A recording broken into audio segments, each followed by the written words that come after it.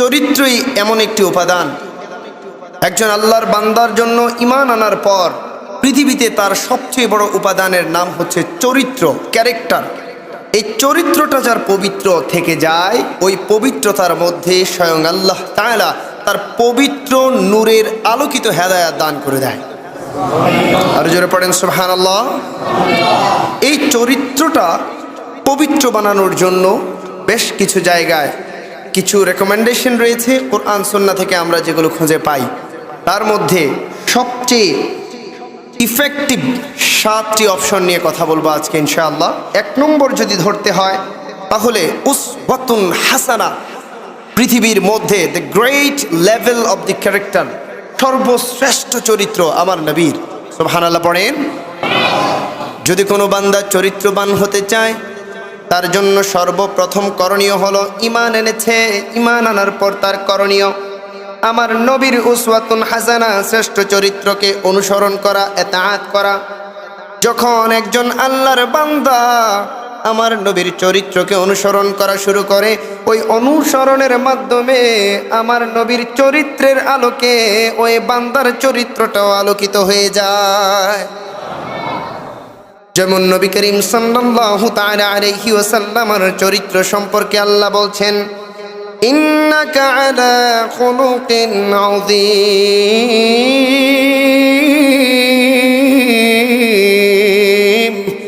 নবী আমি আল্লাহ কুরআনুল কারীমের মধ্যে ইরশাদ করে জানিয়ে দিলাম, পৃথিবীর মধ্যে যত নবী রাসূল শ্রেষ্ঠ শ্রেষ্ঠ আমার প্রিয় প্রিয় হাবিব বান্দাদেরকে বানিয়েছি, আদম থেকে ঈসা পর্যন্ত গোটা পৃথিবীর ইতিহাসে যত বান্দা বানাবো, যত বান্দা বানিয়েছি, যতগুলো ফেরেশতা বানিয়েছি, জিন বানিয়েছি গো হাবিব, আমি আল্লাহ নিজেই সাক্ষ্য দিচ্ছি আপনার চরিত্রকে আমি আল্লাহ সর্বশ্রেষ্ঠ করে বানিয়েছি। নিশ্চয়ই নিশ্চয়ই আপনি রয়েছেন সর্বশ্রেষ্ঠ চরিত্রের অধ্যায়ে। নবীজি আমার চরিত্রের জন্য, চরিত্রকে উদ্দেশ্য করে নবীজি আমাদেরকে বোঝাচ্ছেন, আকমালুল মুমিনিনা ঈমানান আহসানুহুম খুলুকা। উম্মত জেনে রাখো, তোমাদের মধ্যে ওই ব্যক্তি সর্বশ্রেষ্ঠ কামেল। ইয়া রাসূলুল্লাহ, কোন ব্যক্তি সম্পর্কে আপনি বলছেন গো নবী? নবী আমার এই হাদিসের মধ্যে বোঝাচ্ছেন, আমার যেই উম্মত তোমাদের মধ্যে, তোমাদের সমাজে বসবাস করে, তোমাদের মধ্য থেকেই চলাফেরা করে, তোমাদের মতোই তোমাদের সাথে মিশে চলে, তোমাদের মধ্যেই তাদের মেলামেশা চলাফেরা জীবনাচার, কিন্তু তোমাদের মধ্যে থেকেও যেই উম্মতের চরিত্র যত শ্রেষ্ঠ, যেই উম্মত যত বেশি চরিত্রবান, আমি নবী নিজেই সাক্ষ্য দিয়ে গেলাম আমার উম্মতের মধ্যে ওই ব্যক্তি সবচেয়ে বড় বড় মুমিন।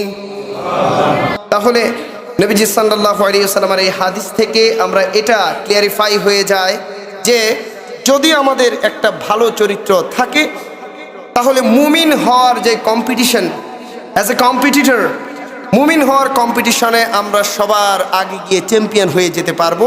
নবীজি এখানে এটাই বুঝিয়েছেন, চরিত্র যার যত ভালো সেই ব্যক্তি তত বড় ধরনের মুমিন বান্দা। সুবহানাল্লাহ পড়তে হবে। এই জন্য চরিত্র গঠনের উপায়ের 1 নম্বর ক্রাইটেরিয়া হিসেবে আমি ধরতে চাই যে আমার নবীর ইতাআত করা, উসওয়াতুল হাসানা, নবীর চরিত্রকে নিজের মধ্যে লালন করে চর্চা করে করে করে করে নবীর আদর্শের আলোতে নিজেকে আলোকিত করে একজন আল্লাহওয়ালা নবী প্রেমিক বান্দা হিসেবে নিজেকে তৈরি করে ফেলা। সুবহানাল্লাহ পড়েন। আরো জোরে পড়তে হবে সুবহানাল্লাহ। আল্লাহ তাআলা আমাদের সবাইকে সেই তৌফিক দান করে দিন, পড়েন আমিন। 2 নম্বরে সত্যবাদিতা। যেমন আল্লাহ তাআলা কুরআনুল কারীমের মধ্যে বলছেন, আল্লাহু ইউহিব্বুস সাদিকিন। আল্লাহ তাআলা এটা দিয়ে বোঝাচ্ছেন, বান্দারে যদি আমার প্রিয় হতে চাও সত্যবাদী হয়ে যাও। আল্লাহ তাআলা এখানে বলছেন, আল্লাহু ইউহিব্বুস সাদিকিন, আমি আল্লাহ সাদিকিন, সত্যবাদী বান্দাদেরকে ভালোবাসি। মাওলা আপনি এটা কেন বললেন? ও বান্দা, আমি আল্লাহ তোমাদেরকে এটা বোঝাতে চাই, জীবনের মধ্যে একটা পার্ট হিসাবে সত্যবাদিতাকে গ্রহণ করো। তুমি আমার প্রিয় হতে চাও, সত্যবাদী হয়ে যাও। আমি আল্লাহকে পেতে চাও, সত্যবাদী হয়ে যাও রে বান্দা। আমি আল্লাহর পছন্দসই হতে চাও, নিজেকে সত্যবাদী হিসাবে প্রতিষ্ঠা করো। আমি আল্লাহর ভালোবাসা পেয়ে আল্লাহওয়ালা হতে চাও, তাহলে নিজেকে সত্যবাদী বানিয়ে ফেলো। তুমি যদি সত্যবাদী বানাতে পারো রে বান্দা, আমার এই আয়াত তোমার উপর এটা কার্যকর হয়ে যাবে। আমি বলে দিলাম, তোমার মতো প্রত্যেকটা সত্যবাদী বান্দাকে আমি আল্লাহ নিজে ভালোবাসি। তাহলে 2 নম্বর ক্রাইটেরিয়া হলো চরিত্র গঠনের জন্য 2 নম্বর ক্রাইটেরিয়া হলো সত্যবাদী হতে হবে। আমরা চাই কি চাই না?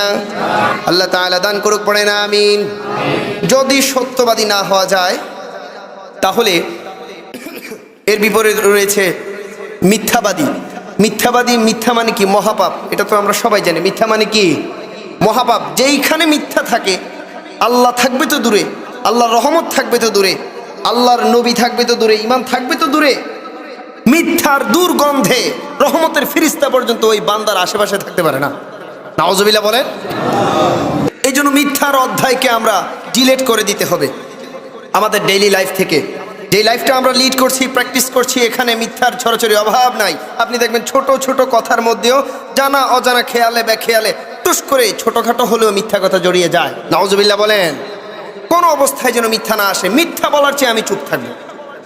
সুবহানাল্লাহ পড়েন না?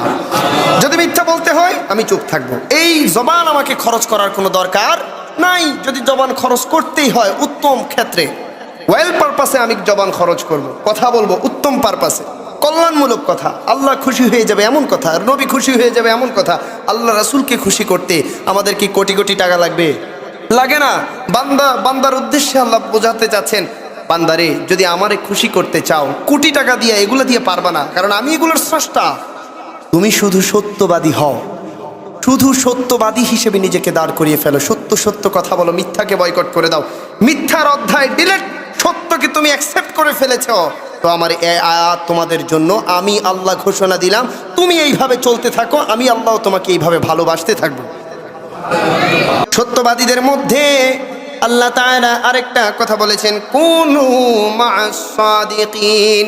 উৎসাহ দিয়ে দিয়েছেন, বান্দারে সত্যবাদী হওয়ার জন্য তোমার পরিবেশ, সঙ্গ পাঙ্গ, তোমার কোলাবোরেশন, তুমি যাদের সাথে চলো, কমিউনিটি, তোমার সার্কেল, সব কিছু, এই সবার সত্যবাদিতার একটা আসর থাকে। কুনু মা'আস সাদিকিন, তুমি সবার আগে সত্যবাদীদের সঙ্গী হও, সত্যবাদীদের কাছে যাও, সত্যবাদীদের বন্ধু হয়ে যাও রে বান্দা। সত্যবাদীদের সাথে চলাফেরা করতে পারলে, তাদের সাথে চলার কারণে, তাদের প্রভাবে তুমি অনেকটা পরিবর্তন হয়ে সত্যবাদী হয়ে যাবা। এই জন্য নিজেকে সত্যবাদী রাখার আপ্রাণ চেষ্টা চালিয়ে যাবেন এবং সত্যবাদীদের সাথে চলবেন। এই 2টা কাজই আল্লাহ তাআলা আপনার আমার জন্য হুকুম স্বরূপ দিয়ে দিয়েছেন। 3 নম্বর ক্রাইটেরিয়া আমানতদারিতা। বর্তমান জমানায় সবচেয়ে বড় ভয়ের কারণ হচ্ছে আমানতের খেয়ানত। বিশ্বাস হয় না। নিজের একটা স্বজনের কাছে এখন এমন সময় চলে এসছে, শেষ জমানা, কিছুই করার নেই। নিজের পরিচিত একটা মানুষের কাছে আপনি 50,000 1 লক্ষ টাকা দিয়ে রাখেন কাগজ কলম ছাড়া, কিছুদিন পরে দেখবেন লোকটা আপনার সাথে পল্টি মারতে পারে। আছে না নাই? আপনি নিজের বন্ধু বান্ধবকে টেস্ট করে দেখেন, আপনি দেখবেন তারা ফেল হয়ে যাবে। আপনি আপনার সবচেয়ে ভালো বিশ্বস্ত যে জায়গা, এই বিশ্বাসের জায়গার মধ্যেও যদি আপনি ভালোবাসা এবং বিশ্বাস একসাথে রাখেন, অনেক সময় দেখা যায় ওই সমস্ত জায়গা থেকেও মানুষ ধোঁকা খেয়ে ফেলে। নাউজুবিল্লাহ বলেন। এই জন্য আল্লাহ তাআলা আমানতদারিতার দিকে খুব ফোকাস করেছেন। আল্লাহ তাআলা কুরআনুল কারীমের মধ্যে বলছেন, ইন্নাল্লাহা ইয়া'মুরুকুম আন তু'আদ্দুল আমানাতি ইলা আহলিহা। অবশ্যই অবশ্যই আমানতদারির আমানতটা তার অধিকারী, তার প্রাপ্য, তার মালিকের কাছে তোমরা তোমাদের ঈমানি দায়িত্বে পৌঁছে দাও। নিশ্চয় নিশ্চয় আল্লাহ তাআলা বলেছেন, হুকুম দিয়েছেন, ইন্নাল্লাহা। এইটা আল্লাহ তাআলা কেন বললেন? কারণ এই আমানতদারিতার কারণে অনেক আল্লাহওয়ালা বান্দা বিপদে পড়ে যায়। অনেক আল্লাহওয়ালা বান্দা কান্না করে ফেলে, চোখের পানি ঝরে যায়। অনেক মানুষ অনেক ধরনের মুসিবতে পড়ে যায়। অনেক ধনী ব্যক্তি গরিব হয়ে যায়। অনেক বড় বড় ক্ষতি মানব জীবনে হয়ে যায়। এজন্যই আল্লাহ তাআলা আমানতদারিতার দিকে বেশি বেশি ফোকাস করেছেন। বলেছেন আমানতদারিতা যেন ঠিকঠাক রাখা যায়। যদি এই আমানতদারিতাগুলো ঠিকঠাক রেখে কোনো বান্দা জীবন চালাতে পারে, তার চরিত্রটা আল্লাহ তাআলা পবিত্র বানিয়ে মকবুল চরিত্রের অধিকারী তাকে বানিয়ে দেয়। তাহলে আমানতদারিতা রক্ষা করে আমানতের খেয়ানত করা যাবে। আমানতদারিতা রক্ষা করে করে নিজের জীবনকে লিড করতে হবে। আল্লাহ তাআলা সেই নসিব তৌফিক আমাদের সবাইকে দান করুক, পড়েন আমিন। যেখানে যেখানে বাচ্চারা কথা বলে তাদেরকে একটু আলতো করে কন্ট্রোল করেন, ধমক টমক দিয়েন না, তারা আমাদের সম্পদ, আমাদের গৌরব। একটু কন্ট্রোলে রাখেন যেন মনোযোগ এবং আলোচনার মধ্যে ব্যাঘাত না ঘটে। দেখেন এরপরে 4 নম্বর, ওয়াদা রক্ষা করা। একটা মশহুর হাদিস আমরা জানি না, ওয়াদা খিলাফুন ফাহুয়া মুনাফিক। যে ব্যক্তি ওয়াদা খিলাফ করে ফেলে, নবীজি বলছেন ওই ব্যক্তি, ওই আমার উম্মত যেন মুনাফিকের খাতায় নিজের নামটা নিজেই উঠায় ফেলে। জোরে পড়েন নাউজুবিল্লাহ, আরো জোরে পড়েন নাউজুবিল্লাহ। সময় দেয়া হলো আজকে 12টা বাজে আসবো, আসতে আসতে 3টা বাজলো। ওয়াদা ঠিক আছে, বুঝে জবাব দিবেন। এটা আমাদের একটা দার্সের ক্লাস, আমরা এই দার্সের ক্লাস থেকে শিখতে হবে। এমন না জুমায় আসছেন, কথা শুনলেন, হুজুর ওয়াজ করে শুনলাম, সময় কাটলো চলে গেল, না, এটা দর্সের ক্লাস। এই ক্লাস থেকে আপনি দর্স নিয়ে শিখতে হবে, শিখে ইলম অর্জনের কোটা আপনাকে ফিল আপ করতে হবে, এটা ফরজ। বলা হলো আজকে আসবো, আজকে আসার কোনো কথা নাই। বলা হলো ভাইজান কালকে টাকাটা দেবো, কালকে দেওয়ার কোনো কথা নাই, কোনো খেয়াল নাই। বলা হলো ভাইজান এই কাজটা এইভাবে করে দেবো, এর উপর বিশ্বাস করে মালিক তাকে টাকা দিল, কিন্তু করে দিছে 2 নাম্বার করে, আছে না নাই? বলা হলো ভাইজান বিল্ডিংটা করে দেবো একদম পোক্ত করে, পরে খোঁজ নিয়ে দেখা যায় বিল্ডিংয়ের ভিতরে দিয়ে রাখছে বাঁশ। হয় কি হয় না? হয়। তাহলে এই প্রত্যেকটা ক্রাইসিসের মধ্যে কি একটা জিনিস কমন, সেটা হচ্ছে ওয়াদা খিলাফুন। কথা একরকম হয়, বাস্তবায়ন আরেক রকম করে। কথা যেইভাবে বলে, কাজে সেইভাবে করে না, এমন কাজ কখনো করা যাবে না। আল্লাহ তাআলা এই জন্য, এই উদ্দেশ্যে ওয়াদা রক্ষার জন্য বলছেন ওয়াউফু বিল আহদি ইন্নাল আহদা কানা মাসউলা। অর্থাৎ আল্লাহ তাআলা বলছেন অবশ্যই অবশ্যই বান্দা ওয়াদা রক্ষা করো, ওয়াদা রক্ষা করো। কিয়ামতের মাঠে তুমি গিয়া ধরা খেয়ে যাবা যদি দুনিয়ায় ওয়াদা নিয়ে নড়চড় করো। আর দুনিয়ার মধ্যে যদি তুমি ওয়াদা ঠিকঠাক রেখে চলতে পারো, বাঁচতে পারো, নিজেকে পরিচালনা করতে পারো, তো আমি আল্লাহ বলে দিলাম কিয়ামতের মাঠে ওয়াদা রক্ষাকারী প্রত্যেকটা বান্দাকে আমি আল্লাহ নিজে রাহবার হয়ে ক্ষমা করে দেব। আরো জোরে পড়েন সুবহানাল্লাহ। কিয়ামতের মাঠে এই ওয়াদা নিয়ে জিজ্ঞেস করা হবে। আপনি যখনই ওয়াদা সম্পর্কে সচেতন আছেন, এই জিজ্ঞাসাবাদের মধ্যে আপনাকে কোনো ফেরেশতা জিগায়া ফেল করাইতে পারবে না, আল্লাহর সামনে লজ্জিত বানাতে পারবে না। ওয়াদা রক্ষা করে করে চলেছেন, বুক মুচিয়ে, বুক ফুলিয়ে বলতে পারবেন মাওলা তুমি বলেছো ওয়াদা রক্ষা করতে, আমি রক্ষা করে করে চলছি। আল্লাহ বলবে আমার বান্দারে হিসাব কিতাব বাদ দাও, ক্ষমা করে দিছি। ওয়াদা যেহেতু রক্ষা করেছে, আমি আল্লাহকে খুশি করার জন্য এইভাবে চলেছে, চলা ফেরার কারণে ক্ষমা করে দিলাম, জান্নাতের দিকে আমার বান্দাকে পাঠিয়ে দাও। এরপরে লক্ষ্য করেন 4 নম্বর গেল। 5 নম্বরে বিনয়ী হওয়া। বিনয়ী হওয়া কেন বলা হলো? আল্লাহ তাআলা কুরআনুল কারীমের মধ্যে বলছেন ওয়াখফিদ জানাহাকা লিল মুমিনিন।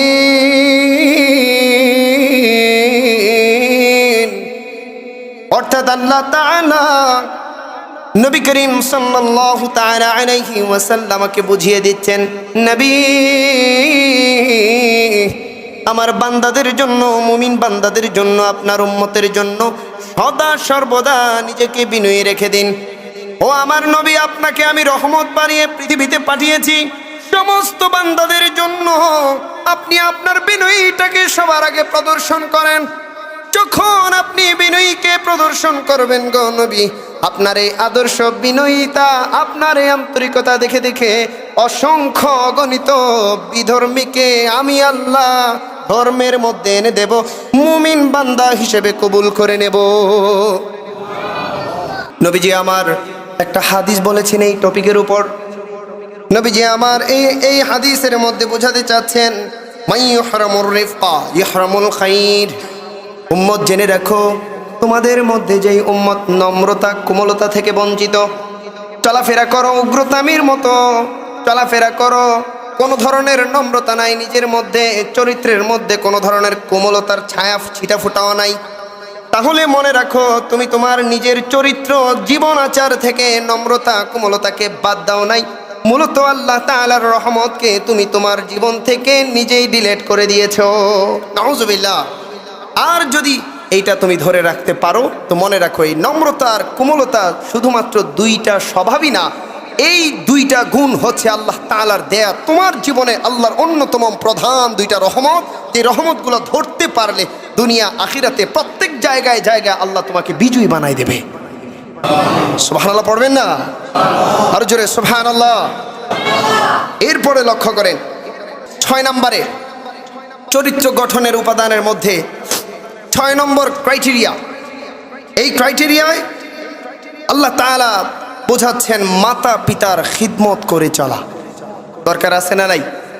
অবিডিয়েন্স অফ দি প্যারেন্টস, এটা আপনাকে অবশ্যই করতে হবে। This is fundamental for every child, every চাইল্ডের। যত ধরনের আল্লাহর বান্দা রয়েছে প্রত্যেকটা সন্তানের জন্য, প্রত্যেকটা সন্তান সন্ততির জন্য বাবা মায়ের খিদমতকে ফরজ বানিয়ে দিয়েছেন কে? আল্লাহ তাআলা বানিয়ে দিয়েছেন ফান্ডামেন্টাল। আপনি এটাকে অ্যাভয়েড করার কোনো সুযোগ পাবেন না। কেন? আল্লাহ তাআলা এখানে কি বলছেন? ওয়াবিল ওয়ালিদাইনি ইহসানা। আমি আল্লাহ হুকুম দিয়ে দিলাম, নড়াচড়ার কোনো সুযোগ নাই, এটা ফরজে আইন, মানতেই হবে, একদম ম্যান্ডেটরি। তুমি এটার স্কিপ করার কোনো সুযোগ নাই। বান্দা বাবা মায়ের খিদমত করো, বাবা মায়ের সাথে সদাচরণ করো, বাবা মাকে আনন্দিত করো, বাবা মাকে খুশি করো, বাবা মাকে রাজি করো, বাবা মাকে সন্তুষ্ট করো। আমার হুকুম, তুমি যদি এটা করতে পারো তো মনে রেখো তুমি বাবা মাকে সন্তুষ্টই করো নাই, তোমার বাবা মা একটা মুস্কি হাসি দেওয়ার সাথে আমি আল্লাহ মুহূর্তের মধ্যে তোমার উপর খুশি হয়ে যাব। বাবা মাকে আঘাত দেওয়াই বা কান্দাই বা মারধর তো দূরের কথা, যদি চোখের পানিও ঝরাও তো মনে রাখো তোমার বাবা মা নারাজ হওয়ার সাথে সাথে আমি আল্লাহ তোমার বিরুদ্ধে দাঁড়িয়ে তোমার উপর নাখুশ হয়ে যাব। নাউজুবিল্লাহ বলবেন না? আরো জোরে পড়েন নাউজুবিল্লাহ। আমাদের সবাইকে আল্লাহ তাআলা এমন নাফরমানি থেকে হেফাজত করুক, পড়েন আমিন। তৌফিক না থাকলেও খিদমত করার সেই তৌফিক আমাদের নসিবে আল্লাহ তাআলা দান করে দিক, লিখে দিক, পড়েন আমিন। প্যারে হাজরিন, এই ক্ষেত্রে আল্লাহ তাআলা বলছেন ওয়াহফিজ লাহুমা জানাহাদ যুল্লি মিনার রাহমা। বাবা মায়ের জন্য সদাচরণের সাথে সাথে, তাদের সাথে উত্তম আচরণের সাথে সাথে আমরা যেন আমাদেরকে আমাদের হাত পা ঠ্যাং মুখ চোখ এইগুলোর কথা বলে নাই, গোটা আমাদেরকে তাদের সামনে বিনয়ী অবনত করে দিই। পড়েন না সুবহানাল্লাহ? আরো জোরে পড়তে হবে সুবহানাল্লাহ।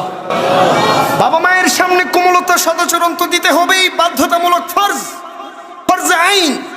এর সাথে সাথে যেন আমরা তাদের সামনে নিজেদেরকে ঝুঁকিয়ে দেই, বিনয়ী রাখি।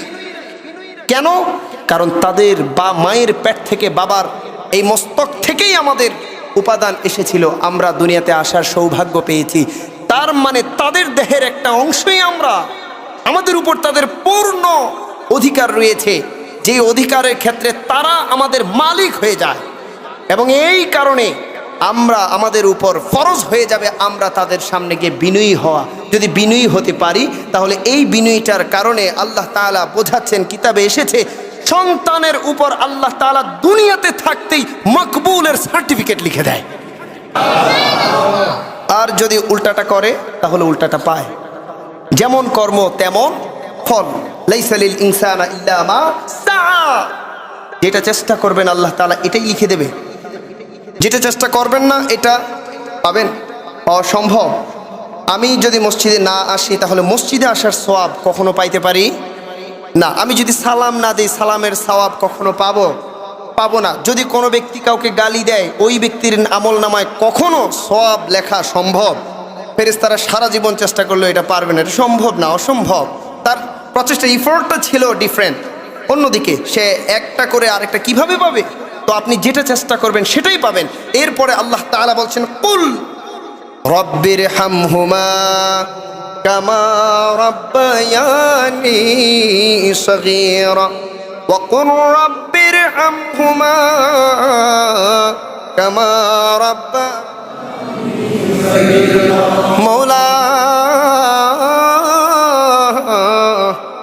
ছোটবেলায় একটা পোকামাকড় যদি কামড় দিত গো মাওলা, আমরা সেই পোকামাকড় থেকে নিজেকে বাঁচানোর শক্তি ছিল না মাওলা।